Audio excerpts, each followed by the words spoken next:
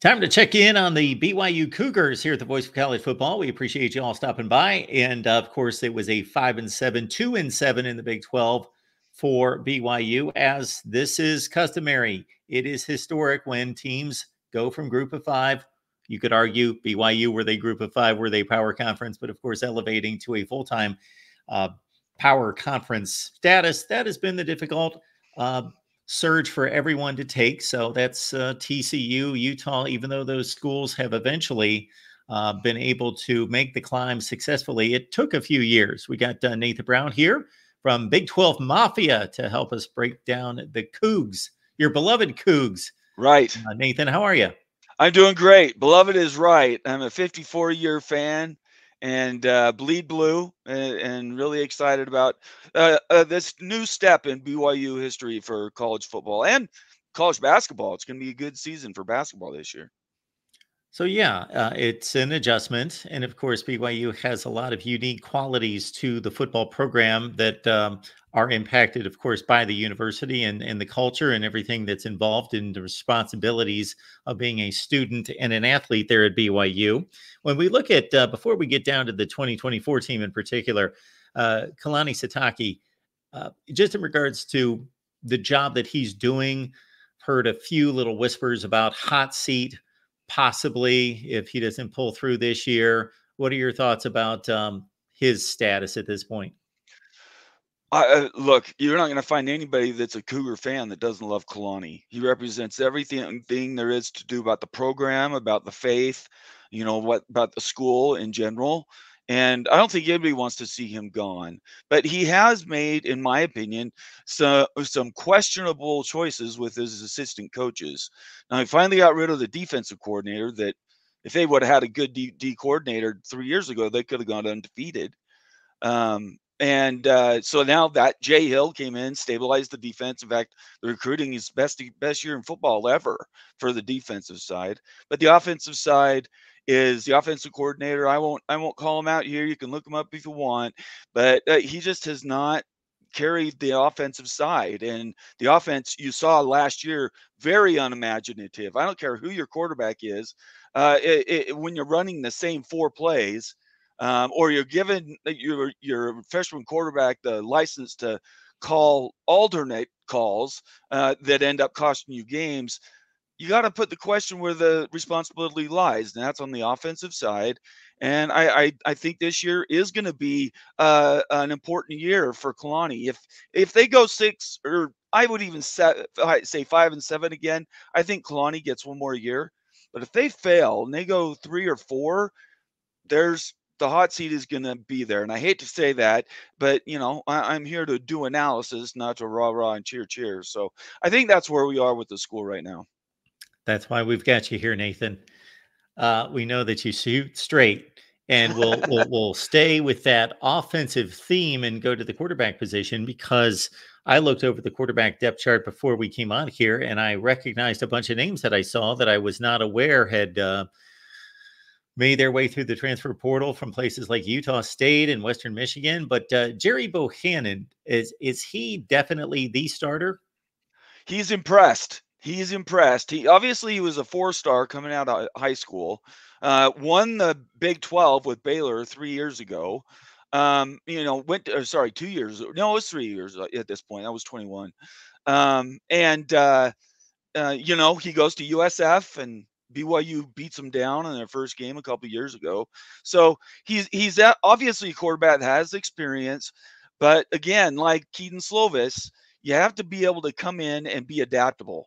And I think that's where Jerry's really impressed. It's been lots of raving about how well he's doing and how fit he looks. He's had some injury history, and he came in and he wants to play. He wants to be the next quarterback that goes to the NFL and plays. Jaron Hall, we got Alex Smith. Keaton Slovis is on the preseason team for the Colts. That's what Jerry wants to do. He wants to play in the league, and so that's why he came here. And this is where it's going to fail or it's going to succeed on the quarterback side. I hate to say that, but in this year more than any in recent history at BYU, the quarterback has to step up and do something extraordinary. And obviously has the skill and talent to do it. Are there tendencies that cost him games? I won't know until I see him play. Good. Nathan Brown here from Big 12 Mafia. Head on over there right here on YouTube. Check out Nathan's work as he covers BYU, the Big 12, and majors and realignment talk as well. When you look at some of the weapons, I don't think BYU's on either end of the spectrum in regards to returning a ton of production, but also they're not scarce there with Chase Roberts coming back wide receiver, their top receiver, 42 catches, 5 touchdowns. And I see LJ Martin, who gained 500 yards on the ground. He's back. Yeah, and again, Chase has stayed healthy. Thankfully, we're going to knock on wood and say he's going to be there the whole season. LJ Martin is a game-changing player. I would tell everybody to go to last year Texas Tech at BYU, and he has 2 or 3 runs there. You're like, wow, like this is why it was so highly recruited coming out of Texas. So if he can stay healthy, and that's an if, obviously, in modern football, but if he can stay healthy, I predict he could have 1,000-yard plus season, one of the better ones that we've had at BYU. As far as the receivers go, I think this might be the deepest part of the team, to be honest. Chase Roberts is obviously the leader. He's now, I believe, he's a junior. But Darius Lassiter last year made some amazing catches, some of the most athletic catches you'll ever see, one-handed and the like, toe tapping in end zones and sidelines. So if there's a game changer, I think he could be it. JoJo Phillips is also an amazing athlete. They just need to start calling his play more. And that's what's been frustrating for BYU fans. The tight end has disappeared in BYU's offense in the last 5 years. BYU used to put tight ends in the NFL. Utah's doing that now, right? So that's something that it is broken, not using the tight end at all. And then you're not getting the ball to your playmaking receivers outside of, once or twice a game where you get a game break. It's not enough to sustain a season, which is what BYU needs. Nathan, of course, we had the conversations during the offseason regarding not being quite up to par where they need to be physically. That starts with the offensive line, the defensive line. Do you think they're better prepared to stand up in the trenches? Well, yes, I do. I think the talent is there on the offensive side. Connor Pay is an NFL draft pick. The first round, he's going to be somewhere next year playing in the NFL. We've got a good, strong line. They just didn't play well together last year. It was like you had 5 star athletes that weren't working as one unit. So I think it might have been the worst offensive line performance we've had at BYU again for a very long time. So that has to turn around, and I think it will. There's a new offensive line coach. There's a new strength coach. So hopefully that will turn around. On the defensive side, I think this could be a sneaky good group. Tyler Batty is the tight end. He is the defensive end of the Big 12. He was rated number 1 in the Big 12 conference for defensive ends. He's going to be in the NFL next year too. So, they have tools. Can they play as a unit? Can they all buy into a story? And then can the offensive and defensive coordinators give them the power to go out and succeed instead of just calling plays that you hope don't hurt you? I think Jay Hill started doing that last year. The defense, I think, improved. Now it's on the offensive coordinator's job. The top 2 tacklers on defense are gone, but the next 4 guys are back. And obviously this unit needs to be improved as well. So how do you feel about the defensive side? Boy, Ben Wywater was returning, I would think, 50-year senior, a super senior and super member of the BYU football team for years. Had to he quit. He retired from college football, which is disappointing because he was going to be in the NFL this year too. So I think this just comes down to it's a group that's rebuilding. The linebackers don't have a lot of name recognition.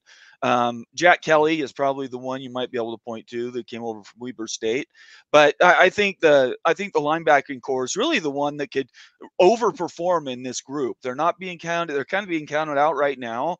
I think if the linebacking crew plays well, the back end is awesome. The Jay Hill has recruited some amazing safeties and corners. Plus, we have Micah Harper coming back. He got catastrophically injured last year, medical redshirt.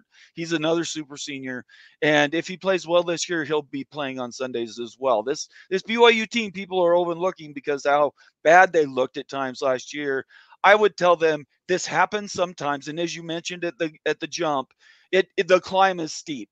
For TCU, for Utah, which have both been successful, won their conferences. It took, and I asked this to Wild Ute, my best friend here on our show, and he said his climb was 6 years at Utah. When we made the jump, I don't know who I told first, probably my dad. I said it's going to be a 3 to 5 year climb. Now with NIL and some really good recruiting groups, maybe we speed that up. Maybe it's this year. I don't know, but we're still on that climb. And anybody who puts their head in the sand and says no, BYU would able to step out and dominate immediately, I think they just need to take a chill pill and relax a little bit. Well, Nathan, you mentioned that Kalani should be safe at 5-7. Mm-hmm. Is 6-6 where you would like to be? Is that a realistic? You'd like to get to postseason, have a shot at finishing with a winning record? I'd like to be 12-0. Come on, Mark. No, reasonably. I put that word in there. You did. I'm teasing. I think overperforming this year could be 7-5. Their schedule is the second toughest in the Big 12, and it's like top 15 for the entire country. So they play 5 top 25 teams this year. They play the most in the Big 12, and the only ones that are currently ranked, BYU has them all on their schedule. So I think this is a very difficult year, but if they can go out and get to a bowl game, you have to claim that as victory, right? The big step needs to be the third year, which was my first of the years that I predicted that they could step up. That would be preparation for next year.